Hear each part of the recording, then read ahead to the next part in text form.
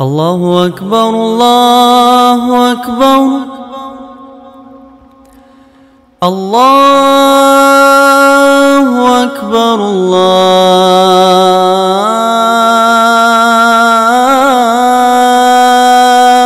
أكبر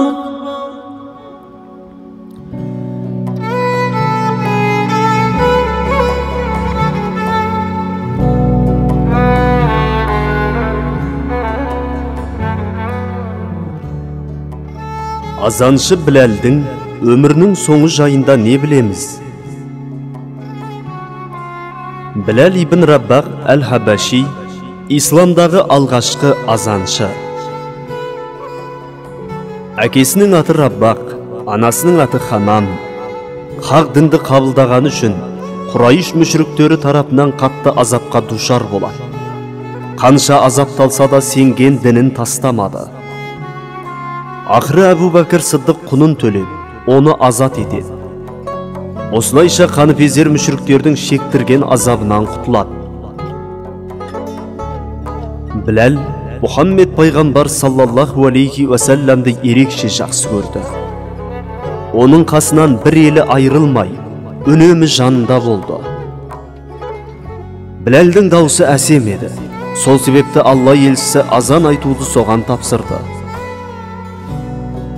Таң намазының азаны шақырылғанда «Әс-салату хайрун минан наум» сөзін қосып айтуды Біләл шығарған. Оның бұл жаңалығын пайғамбарымыз құптады. Содан бері таң намазының азаны шақырылғанда аталмыш сөйлемді қосып айту дәстүрге айналды. Пайғамбар бақилыққа көшкенде Біләлдің көңіліне қаяу түсіп, жүрегі жараланып, қатты қайғырды. Бұрындары өзінің әсем үнімен азан шақырып, елдің жүрегін тебіренткен болса, пайғамбар қайтқаннан соң көңілсіз күй кешеді. Азан шақырғанда «Ашхаду анна Мұхаммадар Расулуллах» куәлік етемін, шынында Мұхаммед Алланың елшісі деген жеріне келген сайын тамағына өксік кептеліп, көзіне жас үйірілетін. Бас айналып, ары қарай азан шақыруға шамасы келмей қалатын. Мұны көріп біліп тұрған айналадағы жұрт еріксіз көздеріне жас алатын. Күндердің күнінде Біләл Әбу Бәкірден қаладан кетуге рұқсат сұрайды. Сонда Әбу Бәкір, сен кетіп қалсаң бізге азанды кім айтады дейді, жібергісі келмейді. Мен пайғамбардан кейін басқа ешкімге азан айтқым келмейді деді. Бізді тастама, қал, біздің азаншымыз бол. Мені азат еткендегі мақсатың әміріңде ұстау болса, дегенің болсын, қалайын. Ал Алла үшін азат еткен болсаң, мені Алла жолына қоя бер. Мен сені Алла үшін азат еткенмін деп, Әбу Бәкір рұқсатын берді. Халифа Әбу Бәкірдің рұқсатын алғаннан кейін, Біләл Сирия жеріне барып, сонда қоныстанды. Өзін Алла жолына арнайды. Деректерге қарағанда бір күні Біләл түс көреді. Түсінде Алла елшісі оған: «Уа Біләл, неге сонша жатсынып кеттің? Келіп, бізді көріп кететін уақытың болды ғой» деп айтады. Шынында да Мәдина қаласына бармағалы көп болған еді.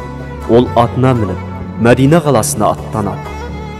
Қалаға жетісімен бірінші сүйікті ұстазы пайғамбарымыздың жатқан қабіріне келеді.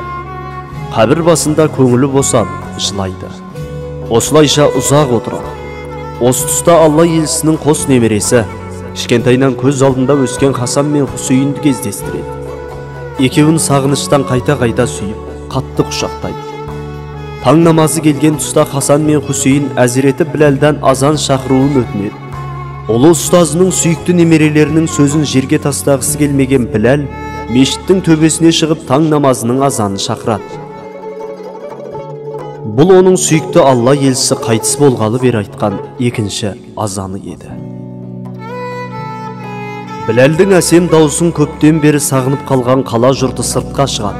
Жан тебірентер жағымды үнінен жүректер толқиды. Азандағы «Ашхаду анна Мұхаммадар Расулуллах» куәлік етемін, шынында Мұхаммед Алланың елшісі деген жерін айтқанда бүкіл халық еңіреп қоя береді. Пайғамбарымыз қайта тіріліп келіп, Біләлға азан шақыртқандай болды. Сол күні көзіне жас алып, иығы селкілдемеген тірі жан қалмады. Біләл Хижридің 20-шы жылы 60-тан асқан шағында Сирия өңірінде қайтыс болады. Тарихшылар оның мәйітін қазіргі Дамаск қаласындағы Бәбу әс-Сағир атты қабірстанда жатыр деседі. Төсекті артып жатқан мезетте қасындағы зайыбы «Қиналдың ау» дегенде, Біләл «Жоқ, керісінше рахаттандым. Ертең сүйікті Мұхаммедпен және өзге де сахабалармен кездесетін боламын» деп айтқан екен. Зайыбының есімі Халату бин Ауф, сахаба Абдурахман ибн Ауфтың қарындасы. Біләлдің Халид есімді ағасы Ғуфайра есімді қарындасы болды.